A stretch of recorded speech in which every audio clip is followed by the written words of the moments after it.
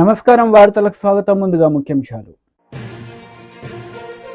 మంత్రి Ponnam Prabhakar press meet, పలు అంశాలపై వివరణ.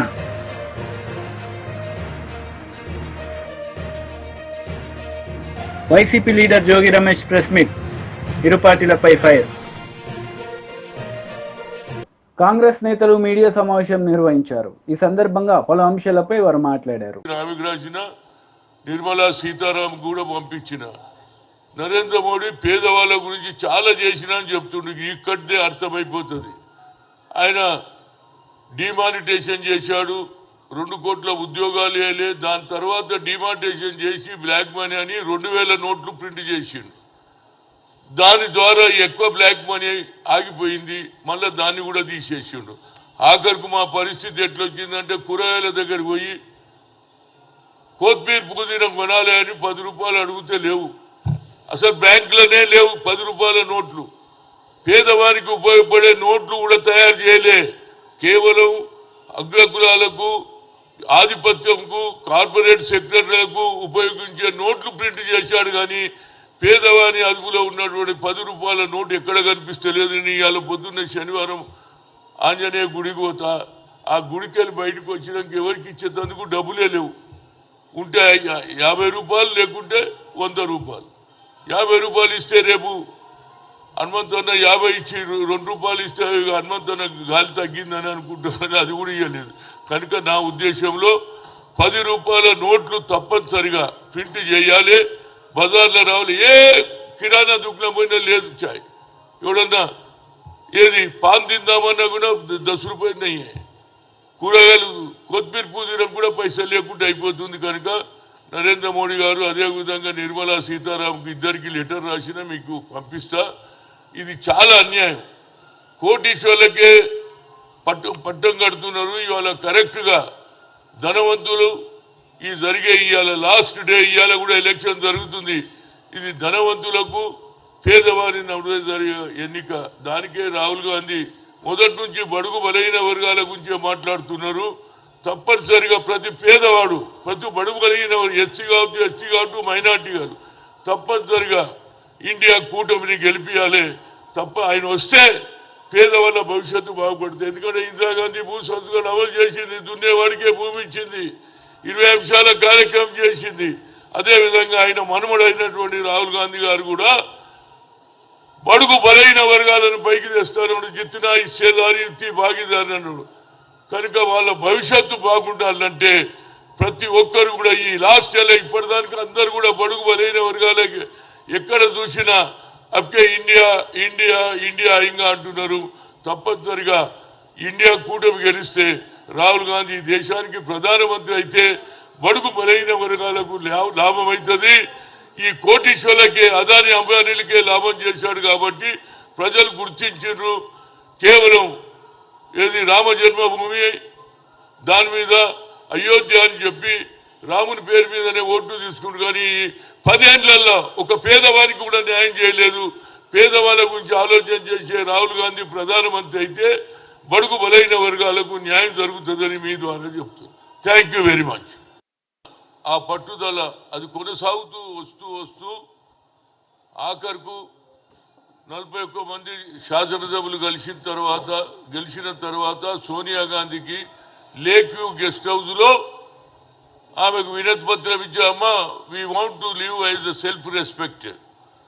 మేము ఈ ఆందోళన పెత్తనంలో ఉండలేము, మా సెల్ఫ్ రెస్పెక్ట్ బతకాలని ఉన్నది, మా బతుకు మేము బతుకుతామని అప్పటి నుంచి కొనసాగుతుంటే ఎప్పుడైతే చూసిండో 41 మంది సంతకాలు పెట్టగానే కేసీఆర్ కూడా ఆలోచన వచ్చింది. అరే ఇక ఇది కార్యక్రమం బాగుంది, కాంగ్రెస్ కూడా 41 మంది శాసనసభ్యులు సంతకాలు చేసి సోనియా గాంధీకి ఆయన ఉద్యమం పెట్టాడు.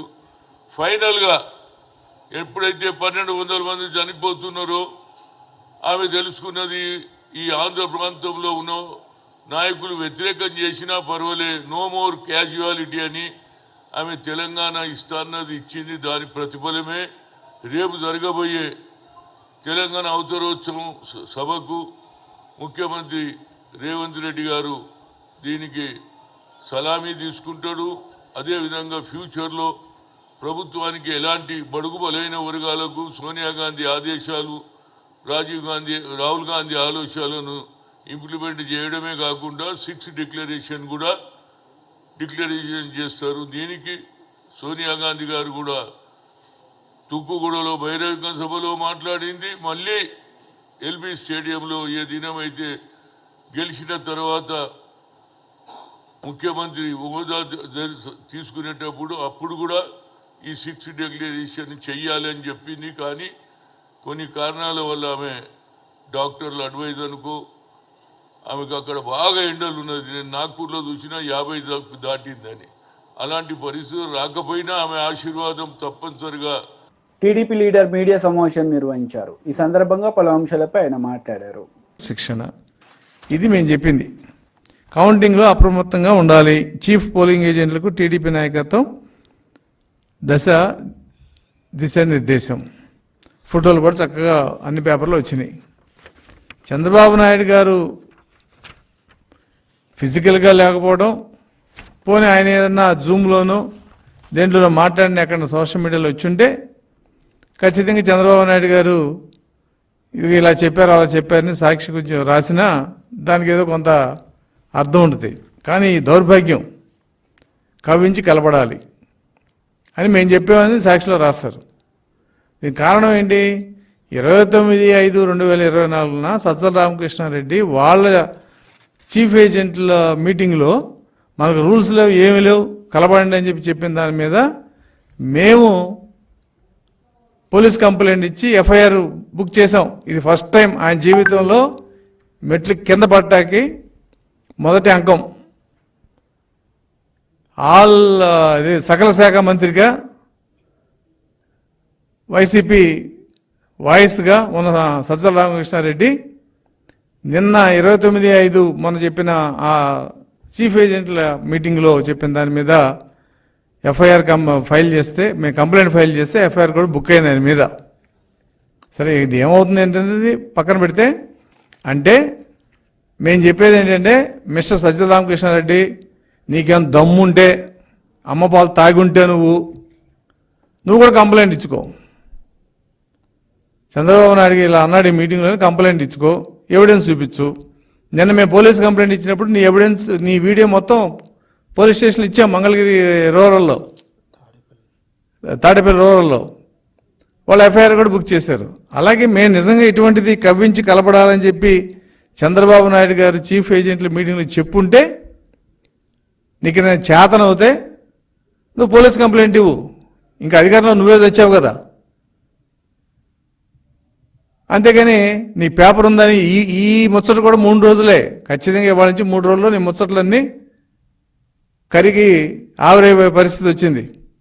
అందుకని వాళ్ళ పోలీసులు కూడా సజ్జల రామకృష్ణారెడ్డి లాంటి వ్యక్తి మీద ఎఫ్ఐఆర్ కడతాకి వాళ్ళే వెనకాళ్ళ. అదే ఒక 6 నెలల కిందట సజ్జల రామకృష్ణారెడ్డి మీద ఎఫ్ఐఆర్ కట్టాలంటే ఈ వ్యవస్థలో మాకు అయ్యే పని కాదు. కాబట్టి నీ దిగజారుడు, నీ పతనం స్టార్ట్ అయింది. ఒక మట్టి కిందకు వచ్చావు నువ్వు ఆల్రెడీ. నీ నాయకుడు కూడా దాదాపుగా ఒక నిర్ణయానికి వచ్చారు, మనం ఇక ఉండవు అని. ఈ పరిస్థితుల్లో కొద్ది గొప్ప విఘ్నత ఉన్న మనిషి ఎవడైనా కూడా ఎవరిని నొప్పించకుండా బ్యాలెన్స్డ్గా వాళ్ళకి పబ్లిక్ నుంచి ఇబ్బంది లేకుండా మాట్లాడే అలవాటు చేసుకుంటారు. కానీ మీరేం మారలా. మీ అలవాట్లు, మీ దుష్ప్రచారం ఏమీ మారలేదు, మారవు కూడా. అది మారాలంటే 4వ తారీఖు సాయంత్రమే అవుతుంది. చంద్రబాబు నాయుడు మీటింగ్లో ఎక్కడ ఉన్నాడు? ఇదిగో 3 పేపర్ల ఫోటోలు కూడా వేశారు. డాయస్ మీద ఎవరుంది? అచ్చెన్నాయుడు గారు రావాల్సిన మీటింగ్కి యనమల గారు వచ్చి చెప్పడం జరిగింది. మిగతా వాళ్ళందరూ కూడా ఒక్కొక్క సబ్జెక్టు మీద ఒక్కొక్క గంట, అరగంట అలా చెప్పారు. 4ంటికి మీటింగ్ క్లోజ్ చేసాం. చంద్రబాబు నాయుడు గారు వచ్చి మాట్లాడినట్టు ఎక్కడ సోషల్ మీడియాలో వచ్చిందా? సోషల్ మీడియా తెలుగుదేశానికి కూడా ఉంది కదా. ఒకవేళ నిజంగా చంద్రబాబు నాయుడు గారు జూమ్లో మాట్లాడుంటే ఖచ్చితంగా మేము దాన్ని పబ్లిసిటీ చేసేవాళ్ళం. YCP leader Jogi Ramesh press meet నిర్వహించారు. ఈ సందర్భంగా పలు అంశాలపై ఆయన మాట్లాడారు. తెలుగుదేశం పార్టీ గగ్గోలు పెట్టే తెలుగుదేశం పార్టీ సోషల్ మీడియా ఇన్నిసార్లు అడుగుతా ఉన్నా కానీ కనీసం సమాధానం చెప్పటానికి కూడా ముందుకు రావట్లేదంటే అసలు దీంట్లో ఉన్న రహస్యం ఏంటి? చంద్రబాబు నాయుడు ఏ దేశానికి పోయాడో తెలీదు, ఎక్కడున్నాడో తెలీదు, విశ్రాంతి కోసం వెళ్ళాడో తెలీదు, వైద్య పరీక్షల కోసం వెళ్ళాడో తెలీదు, పెట్టుబడుల్ని ఆకర్షించటం కోసం వెళ్ళాడో తెలీదు, పెట్టుబడులు ఆకర్షితుడై పెట్టుబడులు పెట్టడం కోసం వెళ్ళాడో తెలియదు. నల్లధనం మొత్తం కూడా తీసుకెళ్లి ఎక్కడన్నా ఏ దేశంలో పెట్టాడో అది తెలియదు. దోచుకున్న డబ్బంతా తీసుకెళ్లి ఏ దేశంలో ఉన్న దాచాడో అది తెలియదు. ఈ పరిస్థితుల్లో హైదరాబాద్ నుంచి బయలుదేరాడు. శంషాబాద్లో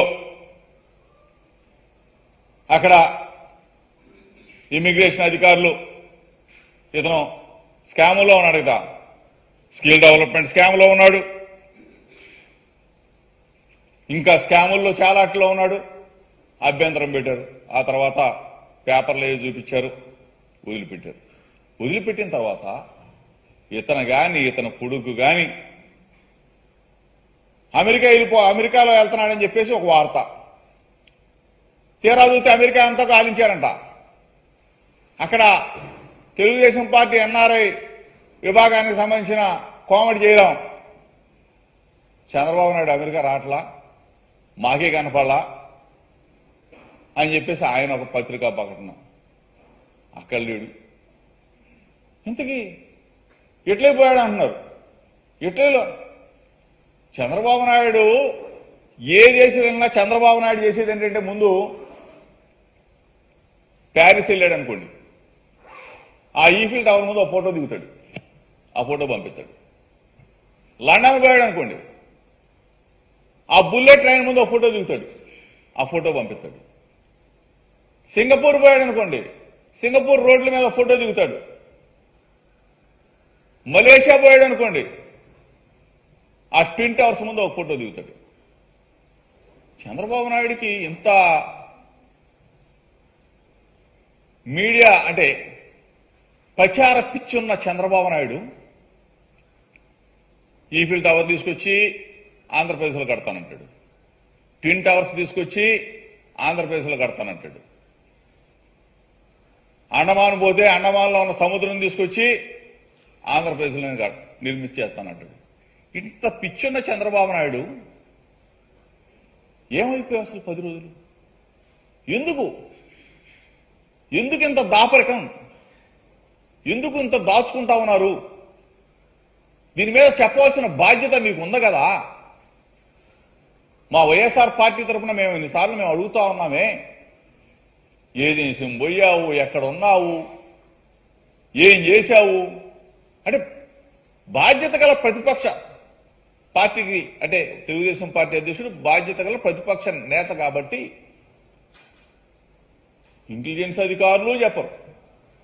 అతనికి ఉన్న పిఎస్ రాజగోపాల్ ఎవరో ఉన్నారు, అతను మాత్రం చంద్రబాబు నాయుడు శంషాబాద్ ఎయిర్పోర్ట్లో దిగుతాడు, చంద్రబాబు నాయుడు శంషాబాద్ ఎయిర్పోర్ట్లో ఎక్కుతాడు. ఎక్కడికి ఎక్కుతాడు, ఎక్కడికి వెళ్తాడు, ఎక్కడి నుంచి వస్తున్నాడు? అదే మేము ఉన్నాం, మా లీడర్ ఉన్నాడు. దమ్ముగా ఢేరుగా మా జగన్ అన్న, మా జగన్మోహన్ రెడ్డి గారు, మా ముఖ్యమంత్రి గారు లండన్ వెళ్తా ఉన్నాడు. పలానా టైంకి పలానా గన్నవరం ఎయిర్పోర్ట్ నుంచి బయలుదేరుతా ఉన్నాడు, లండన్లో దిగుతా ఉన్నాడు. పలానా టైంకి లండన్లో బయలుదేరుతా ఉన్నాడు, పలానా టైంకి గన్నవరం ఎయిర్పోర్ట్లో దిగుతా ఉన్నాడని చెప్పే సమాచారం పోలీసు అధికారులు, ఇంటెలిజెన్స్, మా పార్టీ మొత్తం చెప్తా ఉంటే అసలు మీకెందుకు రా భయం? మీకెందుకు ఇంత ప్రశ్నగా మిగిలిపోవాల్సినంత అవసరం ఏంటి? ఇప్పటికైనా అడుగుతా ఉన్నాం, చంద్రబాబు నాయుడు ఏ దేశం వెళ్ళాడు, ఎక్కడున్నాడు, వైద్య పరీక్షల కోసం వెళ్ళాడా, విహారయాత్రల కోసం వెళ్ళాడా, విశ్రాంతి కోసం వెళ్ళాడా, పెట్టుబడిని ఆకర్షించడానికి కోసం వెళ్ళాడా, లేదంటే పెట్టుబడులకు ఆకర్షితుడై ఉన్న పెట్టుబడి. టీడీపీ పోలిట్ బ్యూరో సభ్యులు వర్ల రామయ్య మీడియా సమావేశం నిర్వహించారు. ఈ సందర్భంగా సీఎం జగన్ రెడ్డిపై మండిపడ్డారు. నేను అన్న ప్రతి మాటకు అర్థం ఉంటుందండి. ఏసీబీలో నిజాయితీ కలిగిన అధికారికి ఆ కేసు ఎంట్రెస్ట్ చేయాలి కదండి. చేయకుండా కూర్చుంటే అక్కడ ఎస్సీ ఎస్టీ బీసీ భూములు కొట్టేస్తుంటే అధికారం ఉంది కదా అని అధికారాన్ని అడ్డు పెట్టుకొని ఈ రకంగా పేదవాడు బతుకుతాడని చెప్పి ప్రభుత్వం తలో 2 ఎకరాలు 3 ఎకరాలు ఇస్తే మీ అధికార దాహం కోసం మీ అక్రమ సంపాదన కోసం వాళ్ళ దగ్గర నుంచి కొట్టేస్తారండి. ఇంతకంటే హీనమైన నీచాతి నీచమైన పని ఏమన్నా ఉందా జవహర్ రెడ్డి గారు? మీరు కొట్టేశారా లేదా ఎలా తెలుస్తుంది? మీరేదో ఆ రోజున బెదిరించారు వాడిని, పాపం ఆ మూర్తి యాదవ్ అనే కుర్రాన్ని. నీ మీద ఆ పరువు నష్టం దావా వేస్తా, నీకు లీగల్ నోటీస్ పంపిస్తా, పంపించండి, ఏమవుతుంది?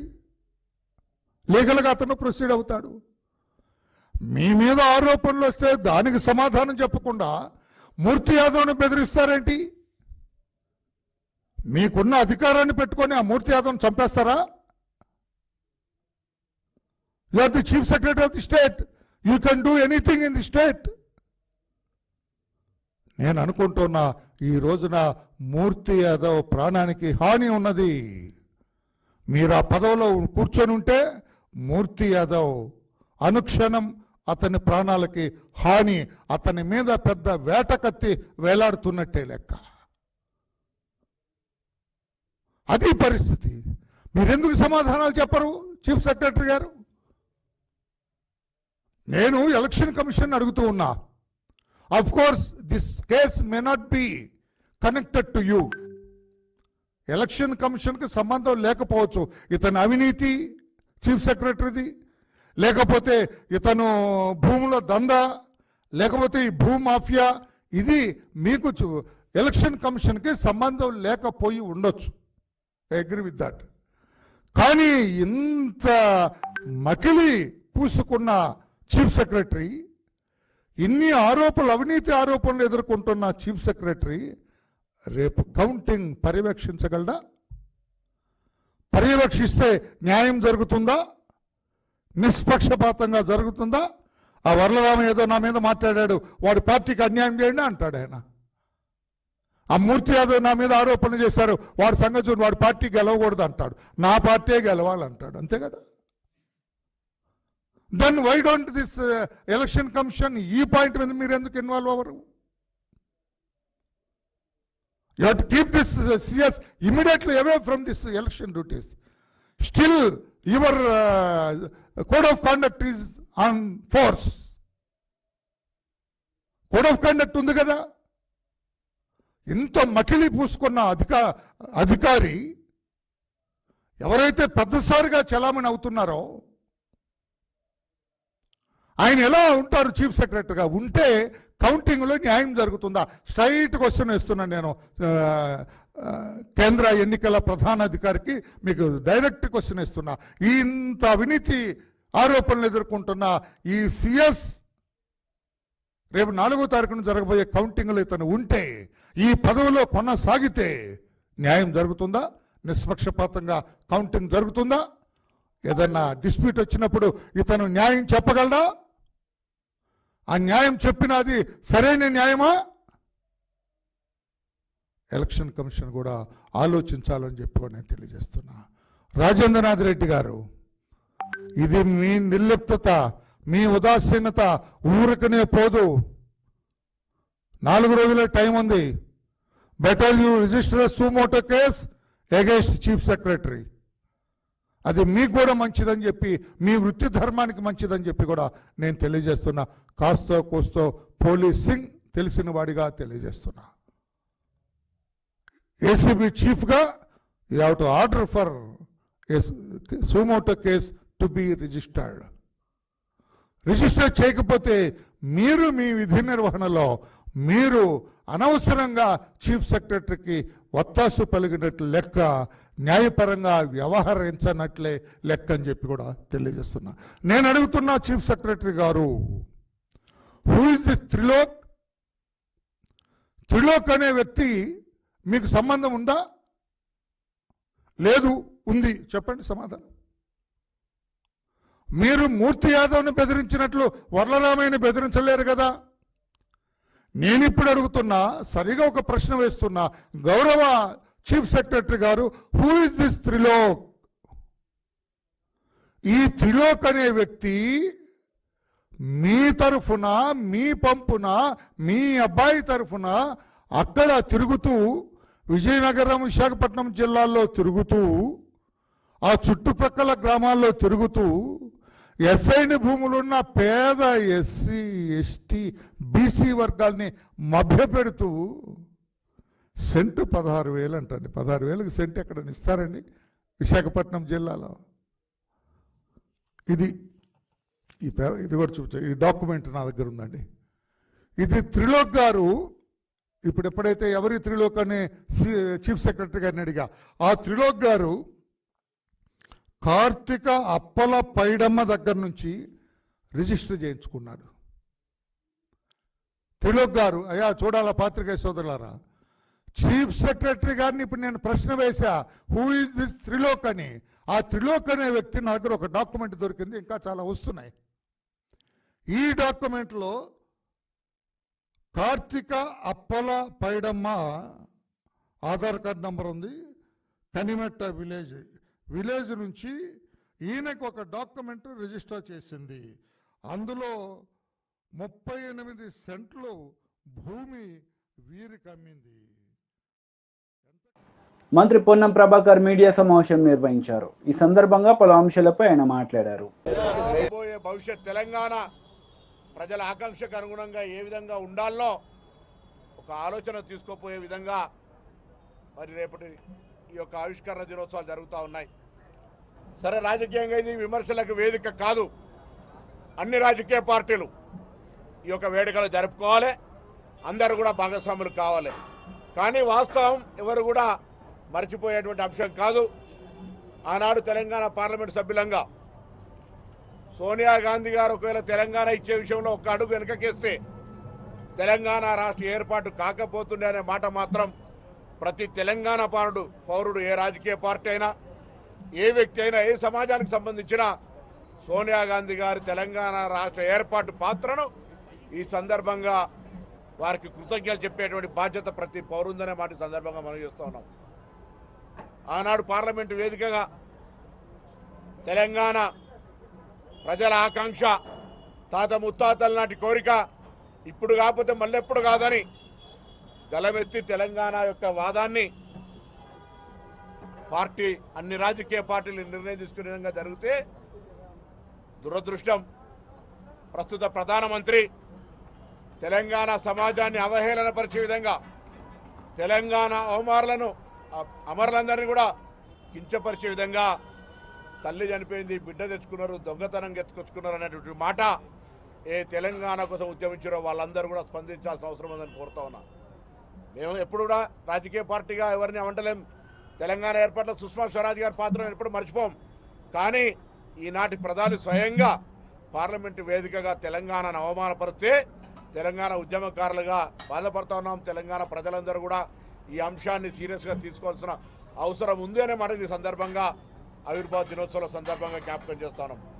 సరే, ఏది ఏమైనా రాబోయే కాలంలో తెలంగాణ మరింత అన్ని రకాలుగా ప్రజాస్వామికంగా, అసలు తెలంగాణ పోరాటము, నినాదము, ఉద్యమమే ఆత్మగౌరవానికి సంబంధించి, అంటే ఆత్మగౌరవం లేకుండా ఉండే పరిస్థితుల నుంచి అలా ఆత్మగౌరవంగా, సెల్ఫ్ రెస్పెక్ట్గా ఉండేటువంటి విధంగా మనందరం ఉండేటువంటి ప్రయత్నం చేస్తూ ఉన్నాం.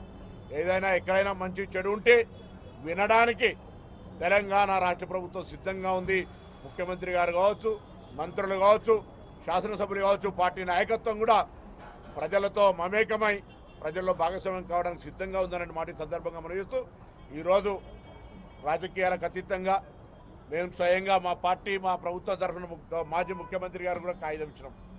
మాకెప్పుడు 10 ఏళ్ల ఆహ్వానాలు రాలే. వార్తలు ముగించే ముందు ముఖ్యాంశాలు మరోసారి. మంత్రి పొన్నం ప్రభాకర్ ప్రెస్ మీట్, పలు అంశాలపై వివరణ.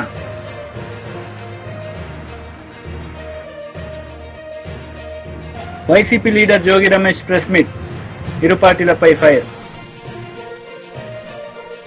ఈ వార్తలు ఇంతటితో సమాప్తం. తిరిగి ప్రసారమయ్యే వార్తల్లో మళ్ళీ కలుద్దాం. అంతవరకు సెలవు. నమస్తే.